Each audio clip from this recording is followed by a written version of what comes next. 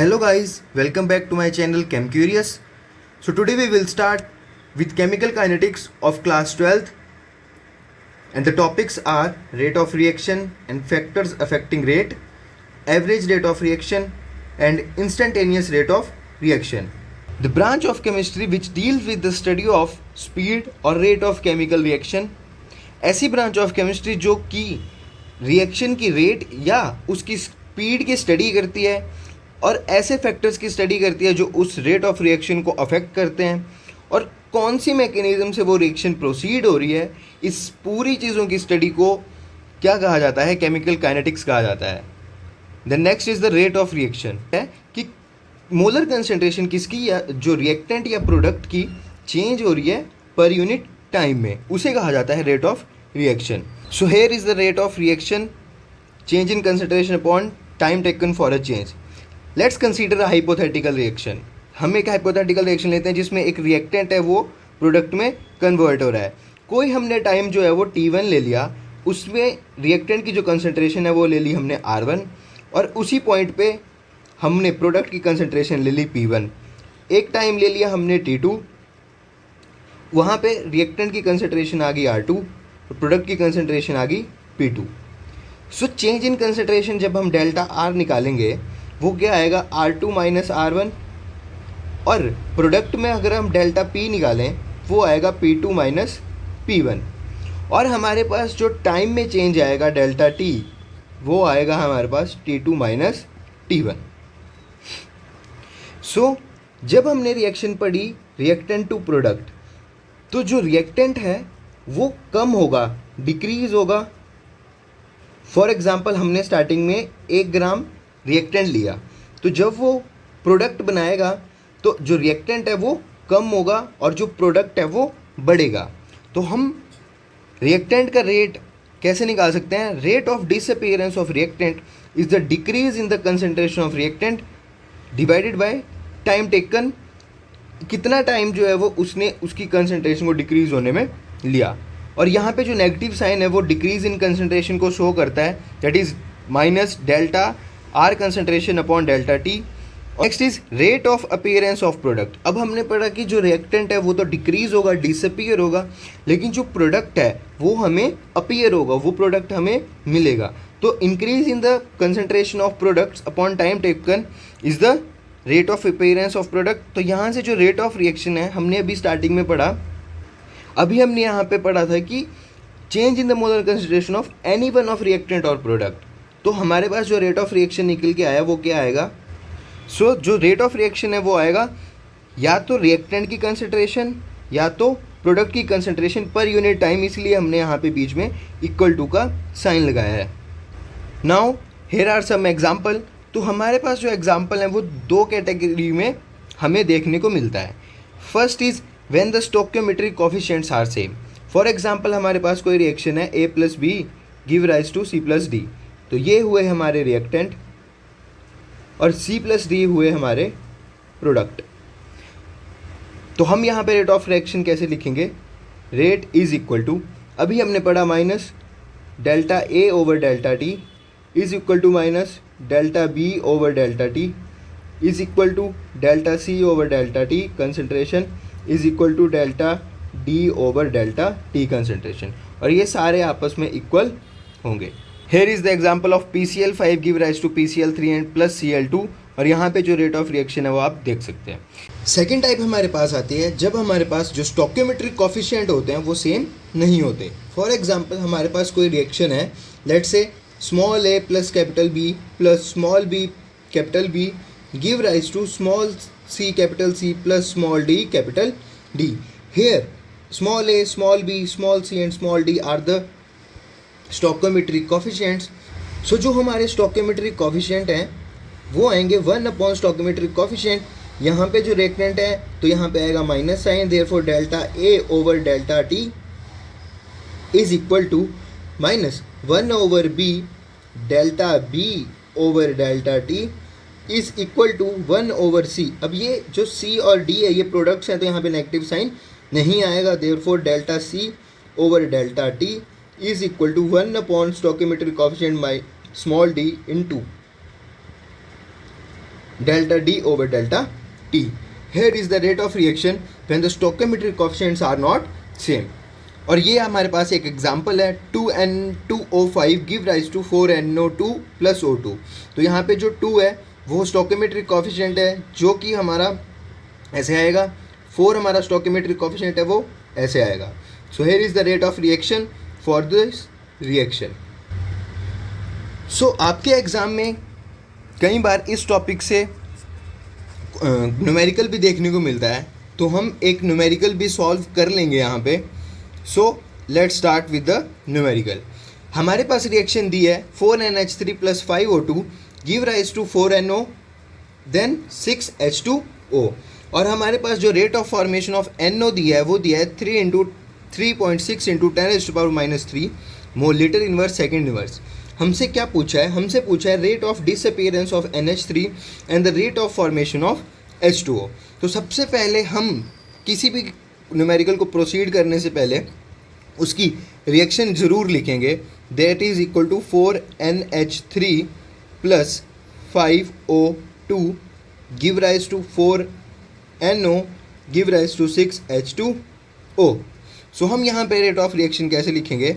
Rate of reaction is equal to, जैसे हमने देखा अभी -1/4, क्योंकि यहाँ पे 4 स्टोकियोमेट्रिक कोएफिशिएंट है तो ये नीचे आएगा, इंटू डेल्टा NH3 की concentration over delta T is equal to -1/5 delta O2 upon delta T is equal to 1/4 delta NO upon delta T is equal to 1/6 delta H2O over delta T. Here is the rate of reaction. So next thing is कि हमारे पास जो given है वो क्या है? So given है हमारे पास delta NO की concentration over delta T जिसकी वैल्यू हमें दी है 3.6 into 10⁻³ mole litre inverse and second inverse. और हमें डिसअपीयरेंस ऑफ NH3 पूछा है, तो हम इसको यहाँ से निकाल सकते हैं. सो हम यहाँ से एक चीज़ लिख सकते हैं, वो क्या है? 1/4 delta NH3 over delta T. अब जो माइनस साइन है वो मैं यहाँ पे नहीं ले रहा हूँ, क्योंकि मैंने पहले ही बताया था कि जो माइनस साइन है वो सिर्फ ये शो करता है, डिक्रीज शो करता है कंसंट्रेशन में, हम उसका यूज़ नहीं करेंगे. That is equal to 1/4 delta NO over delta T. Delta NO over delta T की वैल्यू हमारे पास यहाँ पे दी है, 1/4 से 1/4 कैंसिल होता है, तो delta NH3 over delta T जो कि क्या है? Rate of disappearance of NH3 है, वो किसके इक्वल आएगा? 3.6 into 10⁻³ mole litre inverse and second inverse. So हम रेट ऑफ रिएक्शन से ये चीज़ जो है वो लिख सकते हैं. तो जो हमारी rate of formation of H2O वो है delta H2O over delta T. तो जब हम इस 6 को परली तरफ लेके जाएंगे तो ये बनेगा delta H2O upon delta T is equal to 6/4 into हमें दिया है 3.6 into 10⁻³ mole litre inverse and second inverse. तो हमारे पास यहाँ से delta H2O over delta T की क्या वैल्यू आएगी इसको सॉल्व करने के बाद? That is equal to 5.4 into 10⁻³ mole litre inverse and second inverse. So it is the rate of formation of H2O. सो इसी तरह आप इन न्यूमेरिकल्स को जो है वो अच्छे से सॉल्व कर सकते हैं. आपको सबसे पहले रिएक्शन लिखनी है, फिर आपको रेट ऑफ रिएक्शन लिखना है, और उसी रेट ऑफ रिएक्शन को यूज़ करके आप अपीयरेंस, प्रोडक्ट की अपीयरेंस या रिएक्टेंट की डिसअपीयरेंस जो है वो इजीली निकाल सकते हैं. Is the units of rate of reaction की. रेट ऑफ रिएक्शन के यूनिट्स क्या होंगे? अब अभी हमने पढ़ा कि जो रेट ऑफ रिएक्शन होती है वो कंसंट्रेशन अपॉन टाइम के इक्वल होती है. तो जो कंसंट्रेशन के यूनिट्स हैं वो होते हैं मोल पर लीटर. तो यहाँ पे हमने कंसंट्रेशन के यूनिट्स लिख लिए, और टाइम के यूनिट्स होते हैं सेकेंड. तो रेट ऑफ रिएक्शन के यूनिट्स निकल के आते हैं मोल लीटर इनवर्स सेकेंड इनवर्स.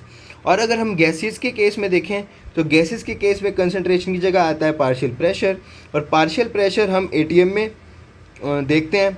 तो यूनिट्स क्या आएंगे रेट ऑफ रिएक्शन के in case of gases?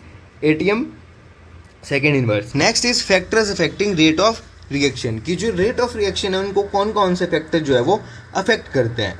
First is nature of reactants. जो रेट ऑफ रिएक्शन है वो डिफरेंट होता है डिफरेंट रिएक्टेंट्स के लिए, because different amount of energies are required for breaking of bonds and different amount of energies are release during formation of bond. अब जो अलग अलग रिएक्टेंट्स हैं उनमें जो अमाउंट ऑफ एनर्जी या तो बॉन्ड्स ब्रेक करने के लिए जो लगती है, या जो अमाउंट ऑफ एनर्जी रिलीज होती है जब बॉन्ड्स की फॉर्मेशन होती है, वो अलग अलग होती है अलग अलग रिएक्टेंट्स के लिए। तो इसलिए जो रेट ऑफ रिएक्शन है वो नेचर ऑफ रिएक्टेंट्स के ऊपर अफेक्ट करता है। Second is concentration of reactants. Greater the concentration of reactant faster is the rate of reaction. आप यहाँ से ये देख सकते हो, जो कंसंट्रेशन है वो डायरेक्टली प्रोपोर्शनल है किसके? रेट के। तो जितनी जो है वो ज़्यादा कंसंट्रेशन होगी रिएक्टेंट्स की, उतनी ही फास्टर जो है वो रेट ऑफ रिएक्शन उस रिएक्शन के लिए होगा। Next is temperature. On every 10 degree rise in temperature the rate of reaction becomes nearly doubled. कि मतलब हम ये देख सकते हैं कि अगर हम टेम्परेचर बढ़ाएंगे तो जो रेट ऑफ रिएक्शन है वो बढ़ेगा ही बढ़ेगा, और every 10 degree rise in temperature पे जो रेट ऑफ रिएक्शन है वो नियरली डबल्ड हो जाता है। Next is presence of catalyst. Catalyst डालने से या कैटलिस्ट यूज़ करने से जो रेट ऑफ रिएक्शन है वो बढ़ता है। Next is surface area of reactant. Greater the surface area faster is the reaction. कि जितना ज़्यादा सरफेस एरिया होगा उतनी ही फास्ट जो है वो रिएक्शन प्रोसीड होगी। Next is average rate of reaction. जैसा आपने अभी स्टार्टिंग में पढ़ा कि जो कंसंट्रेशन है रिएक्टेंट्स की वो कम होती जाती है और जो कंसंट्रेशन है प्रोडक्ट्स की वो बढ़ती जाती है। तो जो रेट ऑफ रिएक्शन है वो पूरी रिएक्शन में सेम नहीं होता, कि किसी पॉइंट पे किसी टाइम पे अलग होगा, किसी पॉइंट पे अलग हो सकता है। Therefore average rate of reaction is calculated for a given interval of time. किसी भी एक टाइम इंटरवल के लिए हम एवरेज रेट जो है वो किसी भी रिएक्शन का निकाल सकते हैं। So hair is the average rate is calculated between any 2 instant of time. 2 time ले सकते हैं। फॉर एग्जांपल एक रिएक्शन प्रोसीड हो रही है 10 सेकंड में। फॉर एग्जांपल एक रिएक्शन प्रोसीड हो रही है 10 सेकंड में, लेकिन जो हमें रेट देखना है वो हमें देखना है 5 सेकंड से लेके 7 सेकंड तक।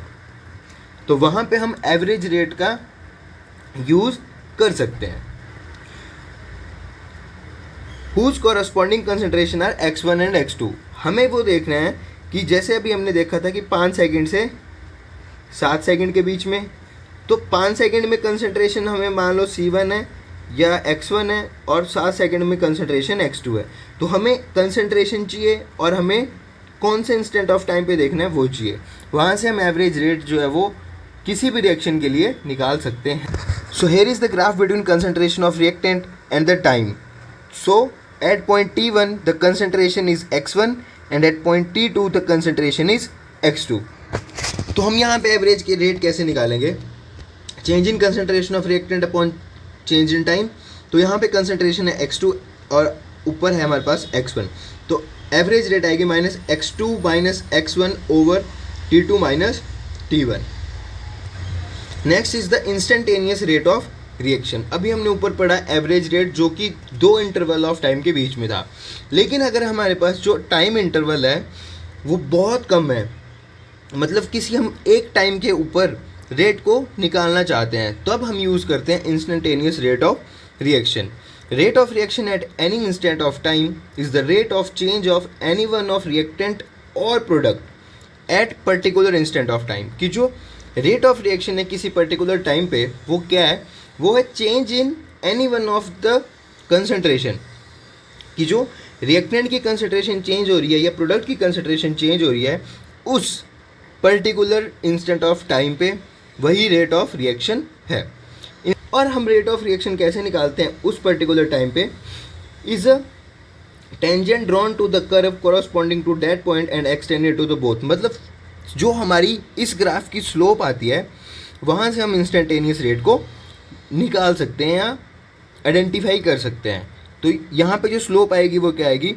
OA upon OB, OA upon OB। जैसे ये टाइम है, यहाँ से आपको लाइन ड्रॉ करनी है और जो पॉइंट्स होंगे आपको उन्हें आपस में डिवाइड करना है, वो आएगी उस टेंजेंट की स्लोप और वही होगा इंस्टेंटेनियस रेट। सो इसी के साथ हमारा लेक्चर फर्स्ट कंप्लीट होता है। आई होप आप सभी को ये लेक्चर बहुत अच्छे से समझ आया होगा। अगर आपको किसी भी टाइप के कोई डाउट या क्वेरी होती है तो आप कमेंट बॉक्स में अपनी डाउट या क्वेरी को पिन कर सकते हो। आप हमारे इंस्टाग्राम हैंडल पे हमारे साथ कनेक्ट कर सकते हो। ऐसे ही केमिस्ट्री टॉपिक्स की क्लियर एक्सप्लेनेशन और कंप्लीट नोट्स की वीडियोस के लिए केम क्यूरियस को सब्सक्राइब करें और इंस्टाग्राम पे फॉलो करें। Be the part of came curious family. Thank you.